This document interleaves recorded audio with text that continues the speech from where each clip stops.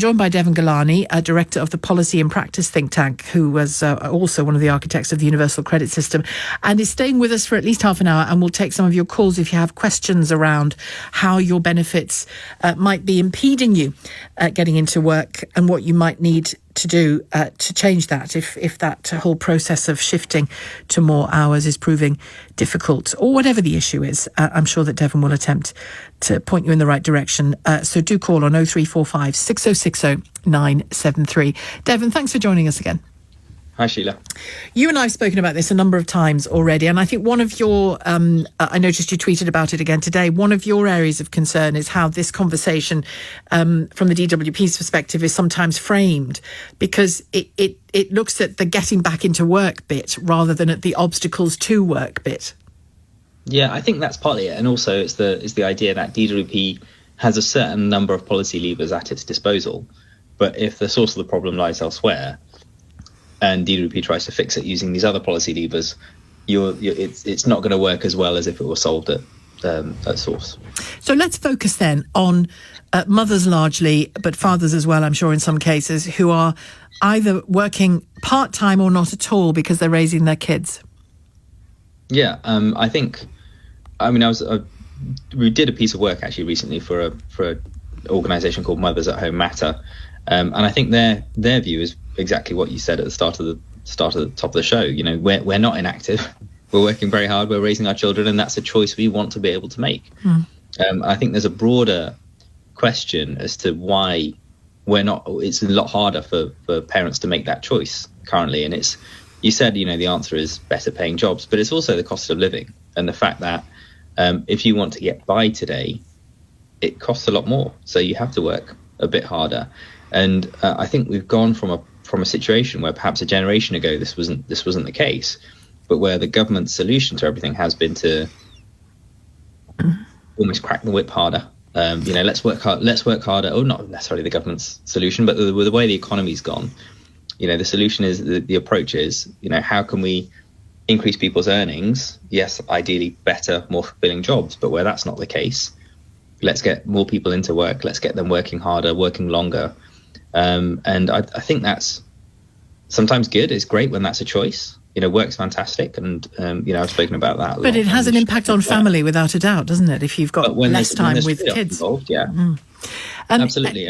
And I think you're right. It is a generational thing, isn't it? Because I know when I was being raised, my and again, every family would make different choices depending on their needs and their situation. But my dad would work full-time outside of the house. My mum, with 7 kids, clearly was working full-time inside of the house and running the home until I was about 8, I think, 7 or 8, when she then started to do 2 days a week, again, in a workplace as well as running the home.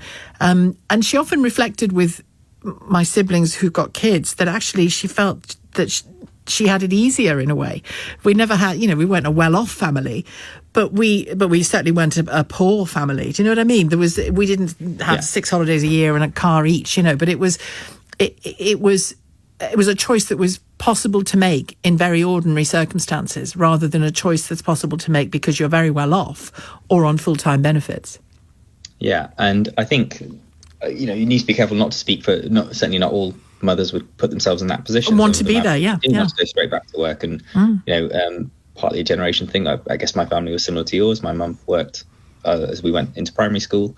My wife went into work a little bit before then, so as soon as childcare became available. Yeah. I mean, that was in I'm talking about the 60s here, which women's possibilities were different then, weren't they?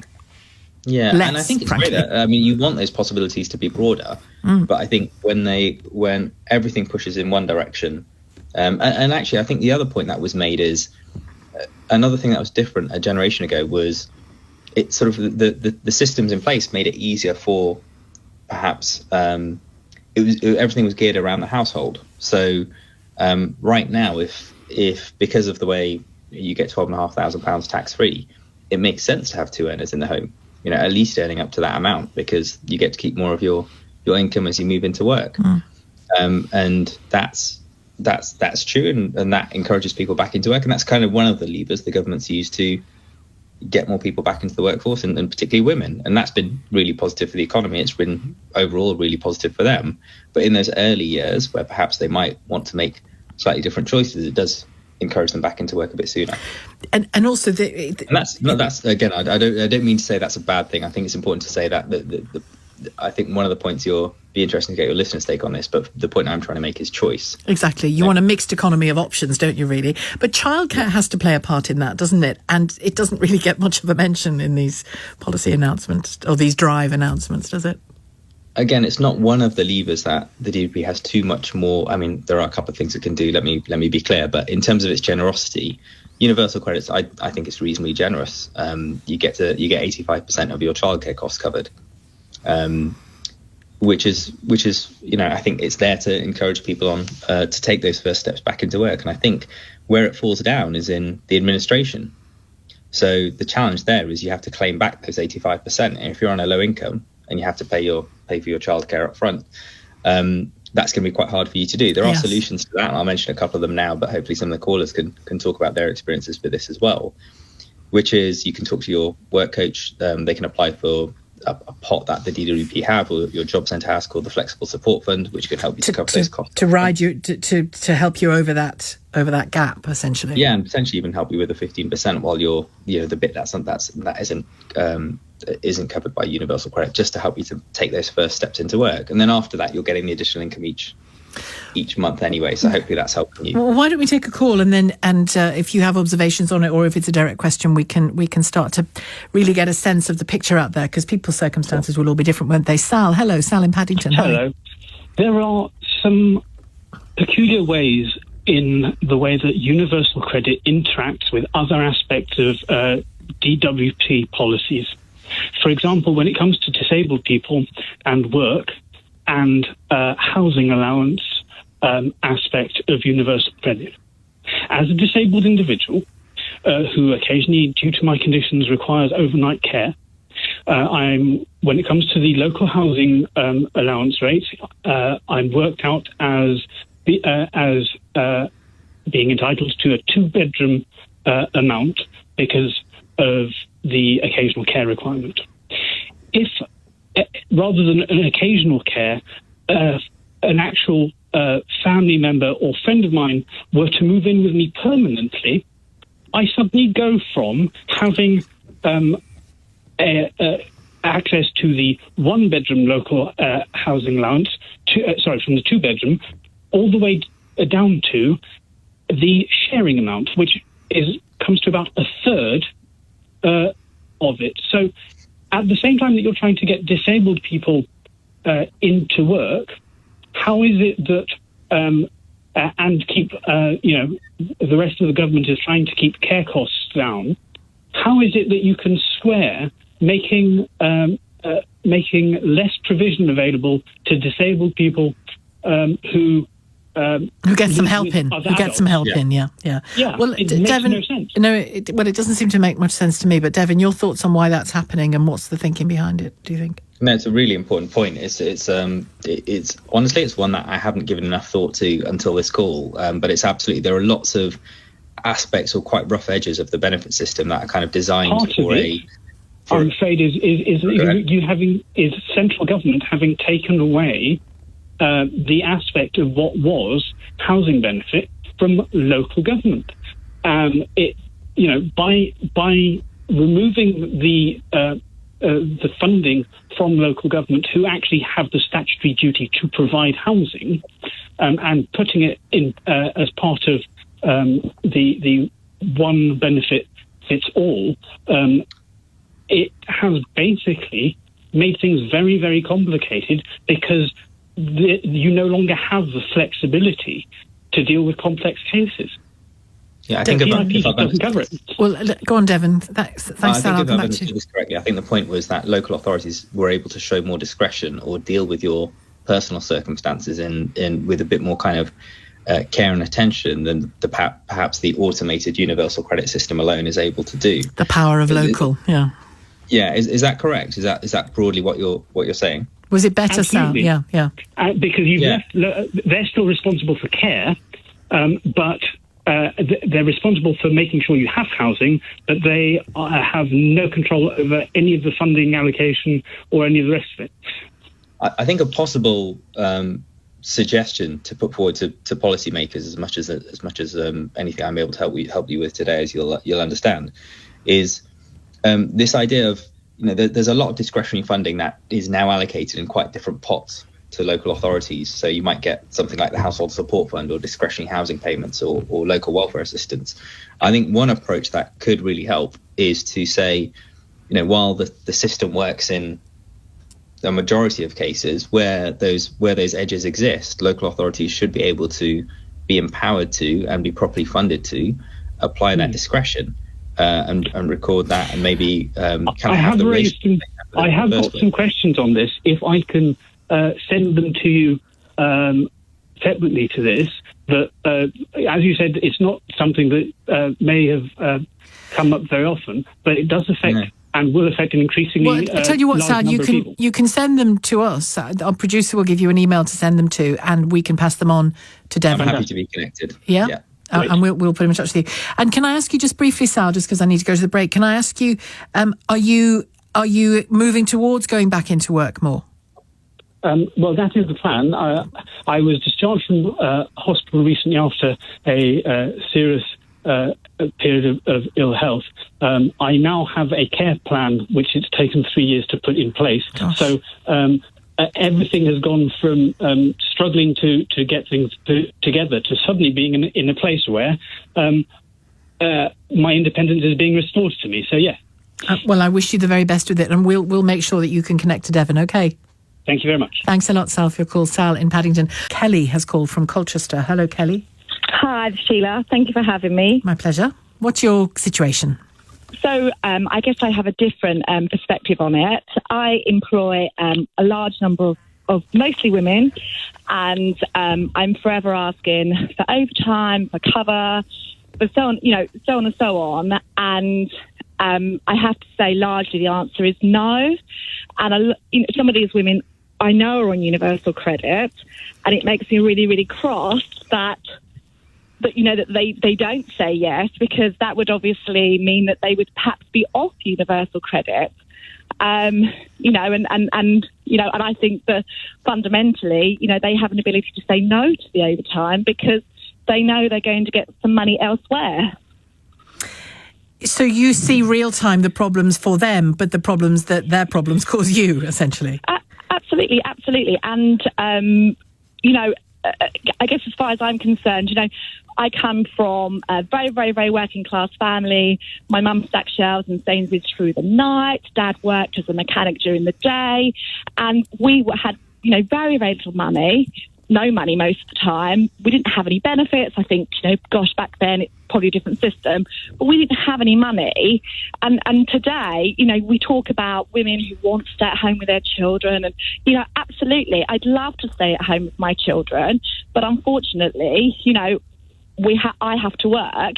And I think that it's great to stay at home with your children if you can afford to feed and clothe them. And if you can't afford to feed and clothe them, you're asking the state to, you should work. Well, it depends, Kelly. There's all kinds of different scenarios, aren't there? There are all kinds of different circumstances that people are in. Let me get Deven Ghelani's thoughts on that, though. A female employer wanting to offer more work to her largely female workforce, and that universal credit element gets in the way of that being possible sometimes. It won't be in every case. Well, I think it's great to get an employer's perspective, because I think when we're talking about what DWP can do about this, it can only do so much, as jobs and employment is about the relationship between the employer and the employees. So it's great to get that feedback from you, Kelly. Thanks for calling in. I think under universal credit, each one of your employees should be better off as they choose to work more hours. They get to keep either 55 pence in the pound if they're earning below the tax and income tax threshold, or 31 pence in the pound if they're earning above it. Now, that doesn't sound like a great deal, but it's probably more than what they were getting under the old system. It's a bit complicated, but it's probably more than what they were getting under the old system. So they should be better off in work. Generally, what the feedback we get from when we talk to universal credit claimants about working more hours is they'd love to. The things that get in the way is not so much the money. It's things like, can they get the childcare in place? Is there enough flexibility in their kind of home life to be able to take those extra hours, sometimes at short notice. I don't know how much notice they get where you are. But yeah, those are some bits of feedback that we get. I'd love to get your But I think that, they are saying that to you because, and then they would say that to their job coaches because, of course, that gives them an excuse as to why they're not reducing down their reliance on universal credit. But when I sit there and I interview people, and I do an awful lot of interviewing of people, and people will say to me, I could do 2 days a week for you, but I don't want to do more than this many hours. Or they won't do overtime because I'm up to my number of hours, or I'm up to my money this week and I don't want to go above it. And that's the reality. And I would, seriously love one of their job coaches to call me and say, how's it going? And I would say, listen, I've offered this woman 27 days out of the last 30 some overtime. And she says, no, this is why she's claiming.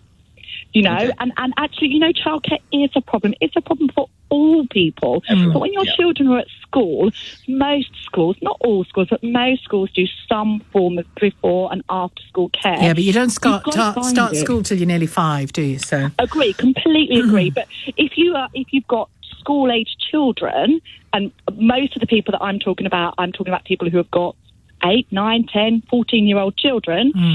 I find I pay for childcare. I pay for childcare, left, right, and centre. It's a necessary evil of actually being Kelly, able to work. Am I right to think that you think that some or all of the women in your employ are reluctant to work? I won't say lazy, but reluctant to work. Lots in my employ, I would say that those people who work are very part-time, and lots of the people that I interview are reluctant to work and, want to be more at home with their children, which I think is great if you can afford it, because I think that why should the state be picking up because you can't afford it? But if you can't afford it, why should the children of those who can't afford it not benefit from time with their parents? Do you know what I mean? But every child should, want to be there. Every mother wants to be there. Of course, yeah. Well, most. But lots of mothers, they don't have that choice. The state isn't going to pay my mortgage for me, and therefore, I have to go to work, and that's just the end. That's the end of it. And I don't have a choice, and I think lots of people don't have that choice. But some people do have that choice because, particularly if you don't have a mortgage, if you are renting, I think that's a really big part of it. If you rent, universal credit helps you out with your housing benefit, and so on and so on and so on, and that makes a really big number difference. Okay, interesting, Kelly. I mean, what's obvious here is that we can't second guess the motivations of people, but what's obvious here is that relationship between universal credit and work still isn't quite right, is it? And it was designed to make the relationship between benefits and work better. Well, I think there are 2 separate points that Kelly's making. One is, why are people getting universal credit and benefits while they're in work, which is they get less if they're working more. Absolutely, that's how universal credit's designed to work. But the reason they still get those benefits while they're in work is because the cost of living is such that wherever they are, that based on their earnings, they need that extra support. It's about keeping people out of poverty. Yeah, and look after their children and have a good standard of living. And that's the point I was making at the top of the show about the cost of living keeps going up and up and up. People are going to keep needing support from those that perhaps more in Kelly's position and paying for that upkeep. I think the other point, though, about why some of the people that Kelly's interviewing and perhaps some of the people that work there aren't able to take those, are saying, no, I only want to work on these terms. I'm smiling a little bit inside because it reminds me of the first interview I had and telling Morrison's or wherever it was about all of my club activities and how I couldn't work on Tuesdays because I wanted to do badminton or whatever. And then, being very smartly dressed and being quite excited about probably getting the job and then being told no, because, understandably, sometimes people need to be able to, and having become an employer now myself, it's really interesting listening to people and reflecting on actually, if you see it from this side, your answer perhaps sounds a little bit different. And I think that's partly the role, not just answering in the right way, but just kind of having the right approach. And that's kind of one of those roles that perhaps a work coach is there to help with. And I think one of the points Kelly made is, and actually job seekers make this point all the time, when they apply for jobs, they don't get feedback. To a certain extent, that's what Kelly's doing on this show right now. She's giving them some feedback, saying, actually, one of the things I really value is, you being able to work when the business needs you to work and you being up for that. Now, whether or not that's makes it the right job for the people she's employing or not is a separate question. But I think one of the things job seekers really want is a little bit of feedback from employers so they can know what they need to do to be able to get the jobs. And I think if you're in the world of work, either all the time or a lot, whatever your job is, you learn, don't you, that it is a kind of dance, in a healthy sense.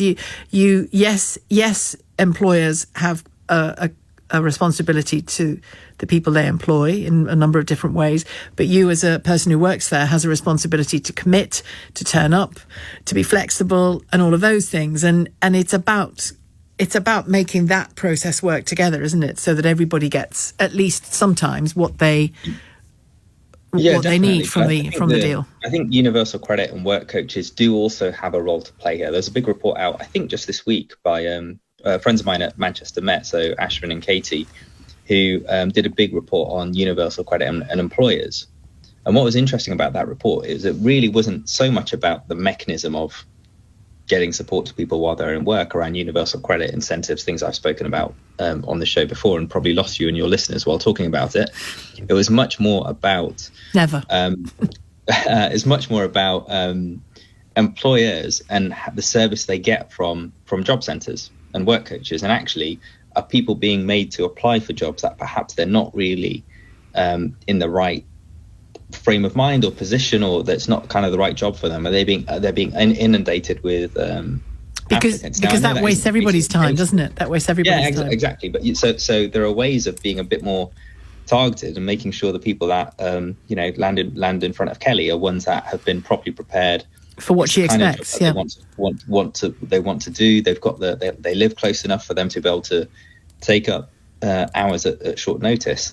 That's the kind of service I think would really help Kelly. It's quite hard to deliver at scale. So to be completely fair to the job centre, it's not a straightforward thing to do. But that was some feedback that I think came out this week. Yeah, I think it makes sense. Thank you very much for now.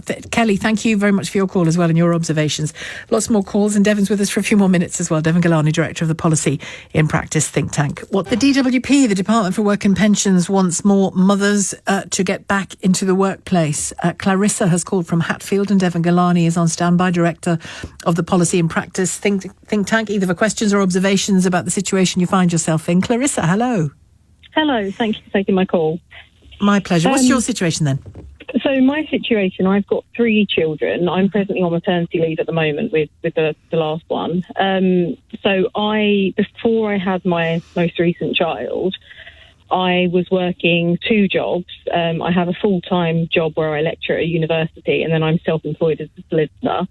So I have 2 well-paid jobs, happy to do both of those jobs, always been very happy to go to work and work very hard and so on, but also wanted to have family. I made the decision after I had my 3rd child that I would return to work on a part-time basis. And I think a big thing is being made of the cost of childcare. And don't get me wrong, the cost of childcare is astronomical. I mean, for the service that a lot of nurseries provide as well. We're very lucky that we do have a very good nursery, but I've heard horror stories from some friends. We pay a lot of money for childcare in this country. That's the first thing.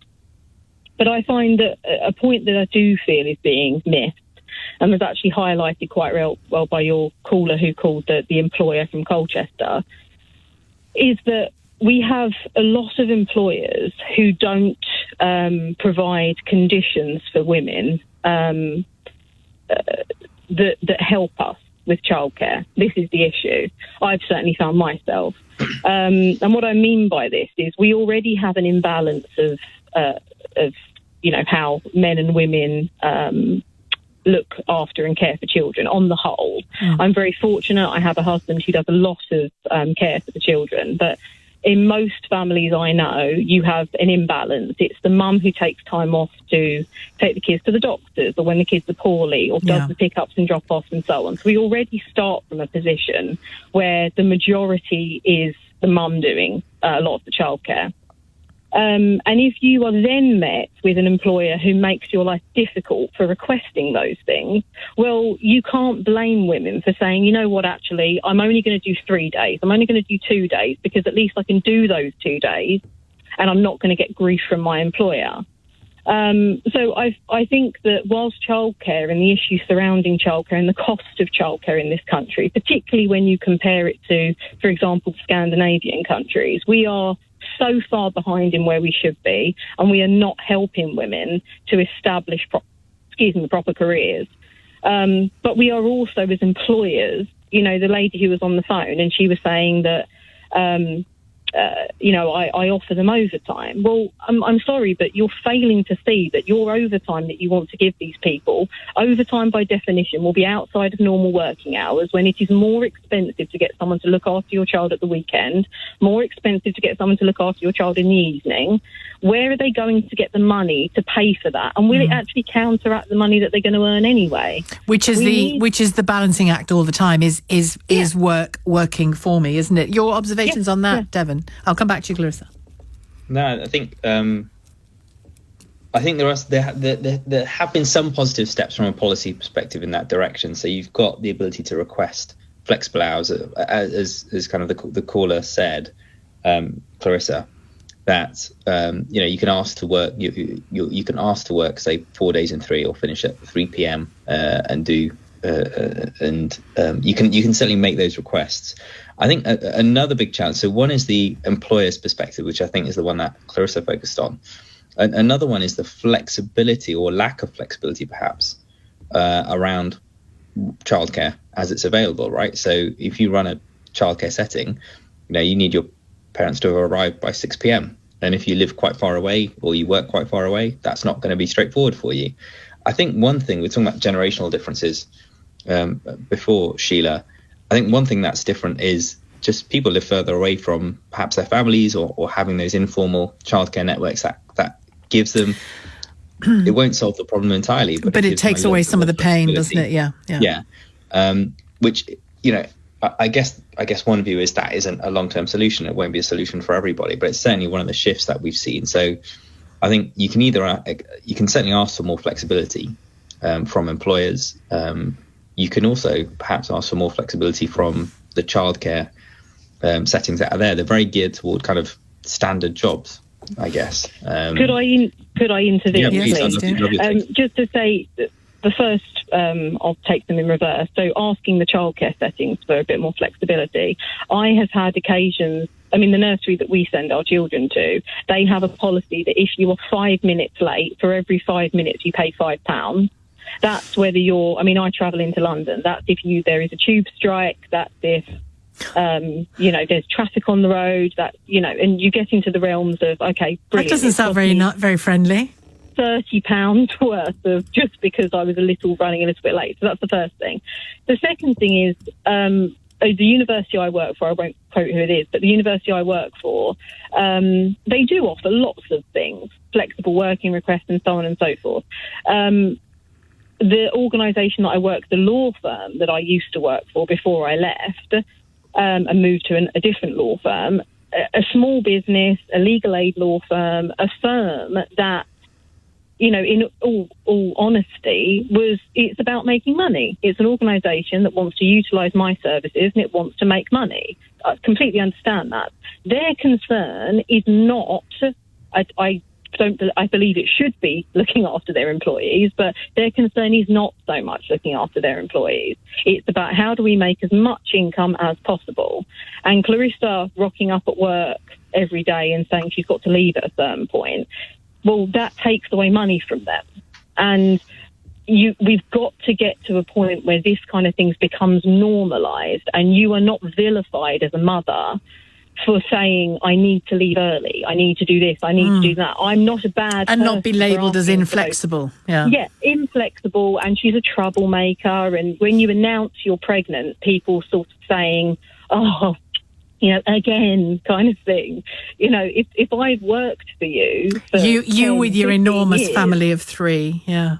And I just think that we're in this mad world where It's cultural. What you're describing there is cultural, isn't it, as much as anything else? Yeah, absolutely. But I think it has become so normal to approach women as being problematic, troublemakers, putting all of these things before, not teamwork. That's the other thing. You're not working as part of a team. It's all about you, that kind of approach. And it's, if we really believed getting women back into work was something that was good for society, which is what we should believe, we're trying to instill things in our children where we say no gender roles, men and women are the same, you can do anything and still have a family. If that really was what we wanted as a society, we've got to change this nonsense about this having children is a woman's job. Yeah, and thank you, Clarissa. We're still a long way off from that, aren't we, Deven Ghelani? The idea that, and sometimes women are raising kids on their own anyway, but where they're not, actually, even where they are, it is still very much, you've had a child, well, expect less. But men don't really experience that so much, do they? You've had a child, so expect less. This is perhaps you're absolutely right. There's definitely a big difference between what you get, how you get treated perhaps as a woman versus a man, especially after you've had children, and perceived as I guess my sense is that it's gotten better than it was. We talked about there are far more choices for children than perhaps there were before. Speaking of childcare, by the way, my daughter's about to pop into the background. Right, hello. Oh, look. Yeah. Great headphones or earphones? I can't tell. Earmuffs. Bit of both. Okay. Well timed. Thanks. It was perfect timing. Yeah, you primed her, didn't you? It's on a little string there. Yeah. It's that time. I'm not sure what she's given me there. So I think things are nowhere near perhaps where they need to get to, but they have gotten better. There was another point it's completely left me now. There's another point I was going to make in response to that. When I was talking about the cultural, it's still, we're still sort of dripping in those cultural assumptions, because I've seen it over the 3 decades I've been in the world of work. When a woman has a child, problems arise. When a man has a child, he's regarded as more reliable, mature, a family man, good for business. That's pervasive still, I'm afraid. Yeah, my wife's going to make that point as she listens to the show later on. No doubt. I think you're right. I mean, I'm going to paint a slightly rosier picture because I think the COVID. I think one benefit of the last couple of years ought to be a realization from employers that they can enable more flexibility for their workers, whether they're men or women, whether they've got children, whether they haven't got children. But the people that need it the most, perhaps those with children who need that extra flexibility, they should be seeing that ability to be a bit more flexible. Now, it sounds like in Clarissa's case, she's worked for some employers where that absolutely was not their first priority. I think what I'd say to employers like that is, especially in the kinds of roles that she was talking about, kind of legal services and things, keeping great people should be your starting point. Happy. It's incredibly hard to find fantastic people who do a great job. So, and keeping them should be an absolute focus. And the starting point for decisions that you then make.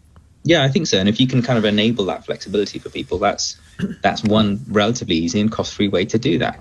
Deven, I'm going to leave it there. I know you have to go. And thank you very much indeed, Deven Ghelani, Director of the Policy in Practice think tank.